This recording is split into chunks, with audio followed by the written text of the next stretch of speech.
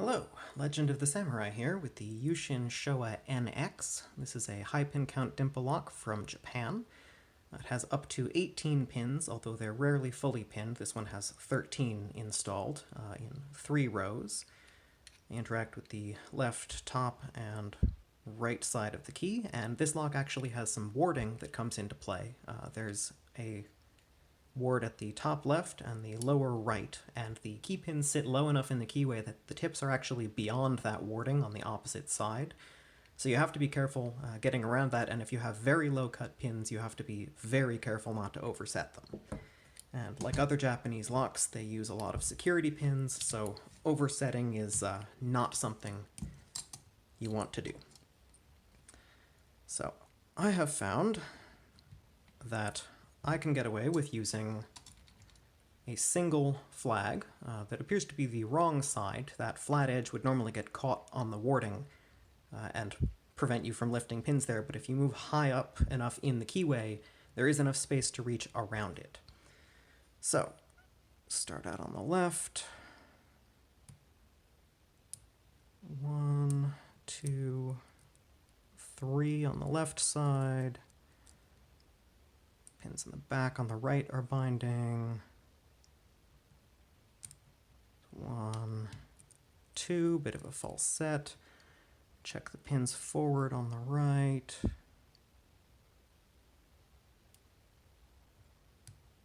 1, 2. Go to the top. 1, 2, 3. 4, 5, and hopefully 6. Open.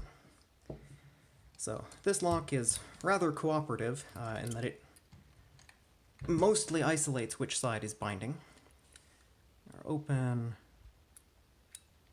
lock it back up,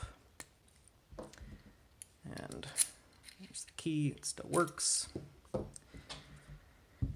And luckily, this one, if you modify the housing a little bit, there are normally 2 crimps that hold this sleeve in place.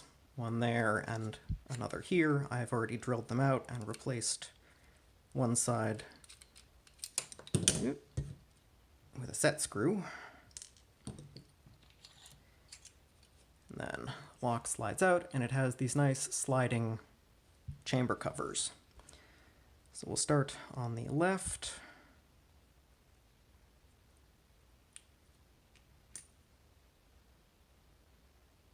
All right, take the springs out first.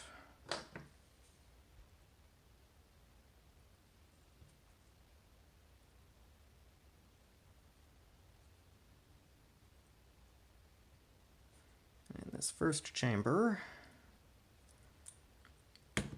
there is a ball bearing on the top and a ball bearing detent, a little divot in the top of that pin, and that acts to keep the plug centered. And then as we move forward, we have one of our normal drivers. This is a little spool, and all of the drivers are actually spools. And then here's one of our key pins. This is one of the normal ones. Some of them also have spooling on the top.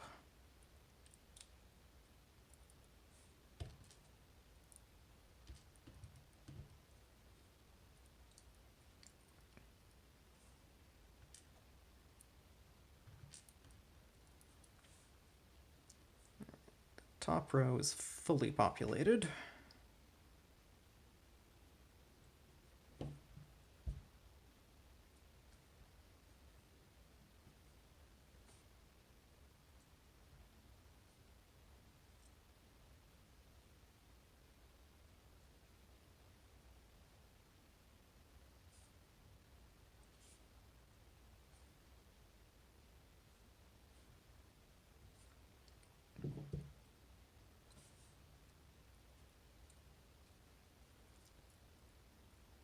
Another spooled driver.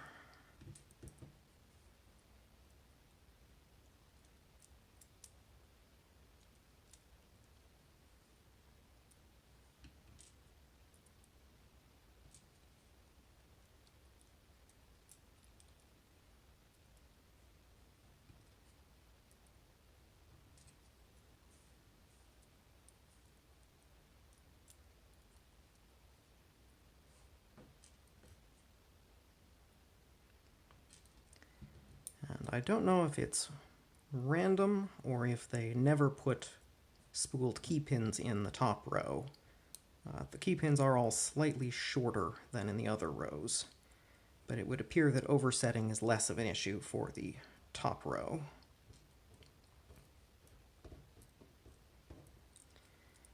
And move on to the right.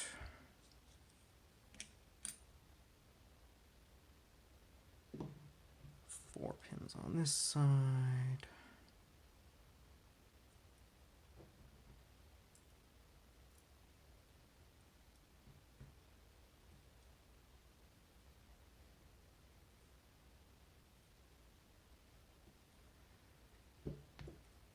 And on this side, instead of a ball bearing detent, there is just a hardened steel anti-drill pin and a blank spacer.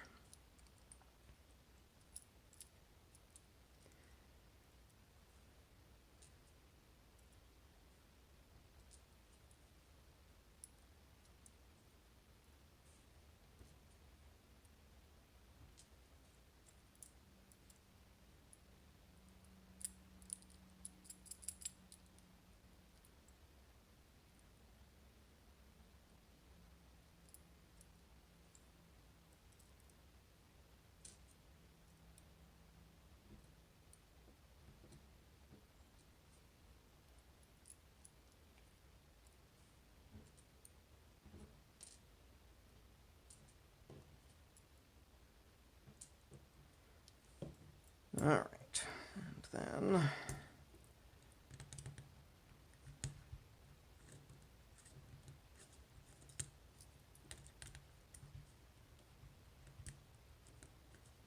take the back off.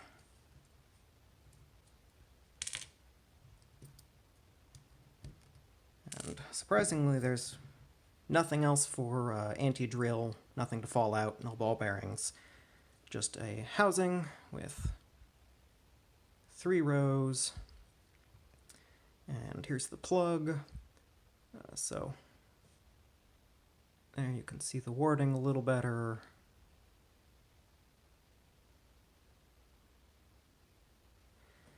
And another thing to note is that there is overmilling. So there's the normal first step, which holds the key pins up, but then there is a second step, if you can see that little glint.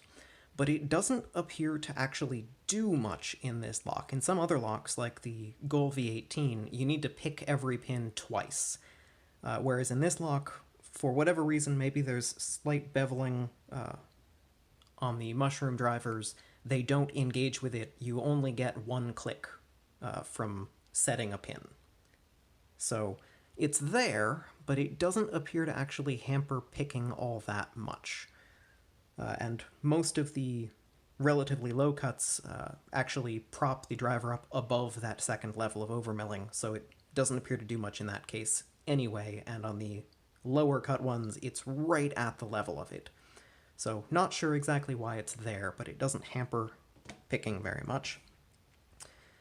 In terms of pins, there's a couple of styles of spooled key pins. So there's a very narrow one with a pretty sharp lip on the top, and if you overset one of those, it grabs, it does not let go, and it doesn't give you a whole lot of feedback to tell you so. And then they also have one that's got a wider tapered spool, so if you overset that, then it gives you counter rotation until you overset it even further. The spool or mushroom drivers have pretty sharp tips, and they do catch on the housing as you try to set them, so I needed to back off tension and counter-rotate. But other than that, they don't hang up nearly as much as in some of the other Japanese locks. But still, a very fun pick, definitely not trivial, and well worth one's time if you want to invest it and you can get your hands on one of these. I believe that is all. Thank you for watching, and have a nice day.